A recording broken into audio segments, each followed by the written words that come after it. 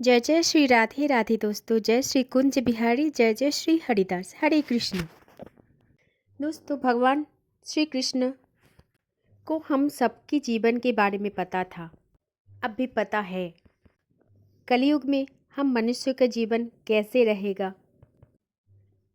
कैसे चलेगा हमारी जीवनचर्या, उनको सब कुछ पता था।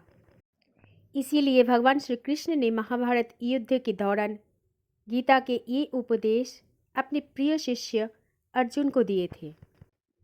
भगवान श्री कृष्ण के द्वारा गीता में दिए गए उन सभी उपदेश आज भी उतने ही प्रासंगिक है और मनुष्यों को जीवन जीने की सही राह दिखाते हैं। भगवान श्री कृष्ण के उपदेश हमें धर्म के मार्ग पर चलते हुए अच्छे कर्म की शिक्षा प्रदान करते हैं। चलिए दोस्तों, आज सुनते हैं भगवान कृष्ण की कुछ अनमोल वचन। भगवान श्री कृष्ण की ये वचन, ये बातें हमारे जीवन को एक नई दिशा पर लेके जाते। भगवान ने हमें ये कहा, कर्म किए जाओ, फल की चिंता मत करो। इसका मतलब है हमें जीवन में हमेशा अच्छे कर्म करना है, तभी तो हमारे जीवन का हर एक कर्म फल भी हमें अच्छे ही मिलेंगे। भगवान ने ये भी बोला था, आत्मा अमर है, इसलिए मरने की चिंता मत करो। इसका मतलब ये है हमारे जो शरीर में जो आत्मा रहते हैं वो कभी मरते नहीं हैं। बस हमारे इस शरीर से जब आत्मा निकल जाते हैं तो हमारे शरीर भी पार्थिव वस्तु की तरह हो जाती है। इसीलिए भगवान ने कहा कि मरने की चिंता बिल्कुल मत करो, बस अपने कर्म किए जाओ। भगवान ने बोला, इस संसार में कुछ भी स्थायी नहीं है। इसका मतलब ये है, जो ये जीवन रूपी संसार है, इसमें कुछ भी चीज़ आपके है नहीं, जो आपका साथ चिरंतन पूरा जीवन देंगे। आज हमारे जीवन में दुख है तो ये दुख स्थायी नहीं होता है, कुछ ही दिनों में सुख में परिणत हो जाती है।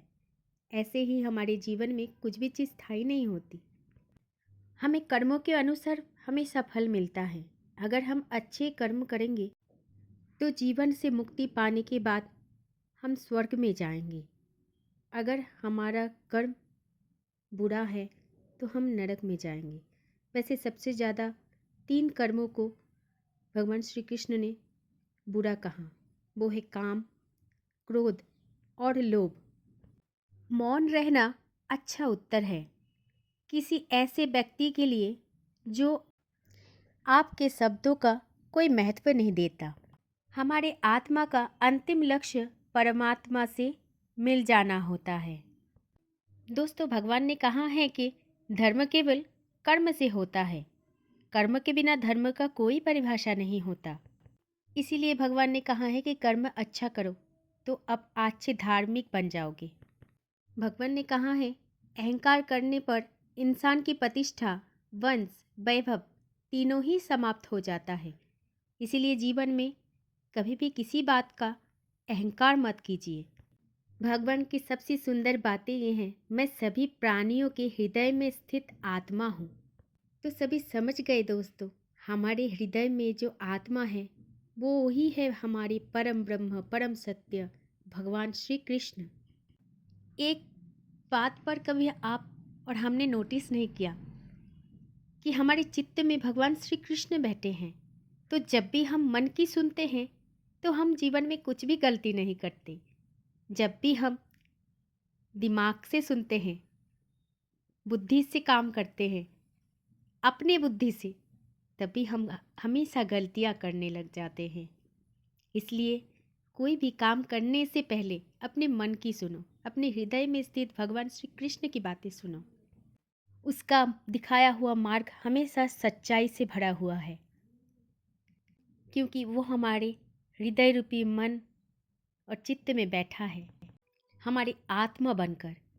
भगवान ने ये भी बोला है, मैं सभी प्राणियों का आदि भी हूँ, मध्य भी हूँ और अंत भी मैं ही हूँ।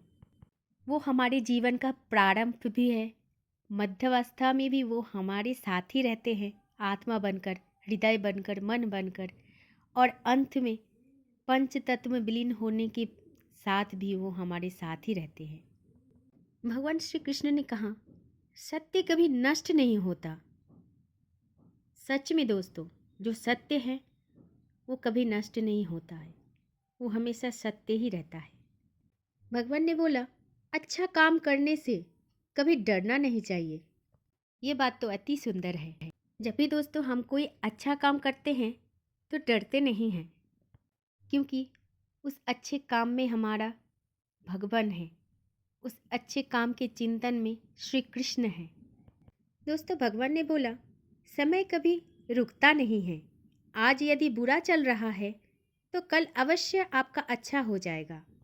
इसलिए कभी भी बुरे वक्त आने पर डरना नहीं, क्योंकि वो वक्त भी चला जाएगा और सुख भी आएगा। भगवान ने कहा, आप केवल निस्वार्थ भाव से कर्म कीजिए, केवल वही आपके हाथ में है।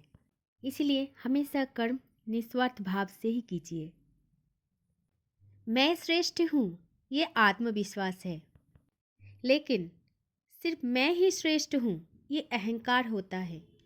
इसलिए अपने मन में हमेशा आत्मविश्वास को बनाए रखना, ना कि अहंकार को बचाते हुए चलना।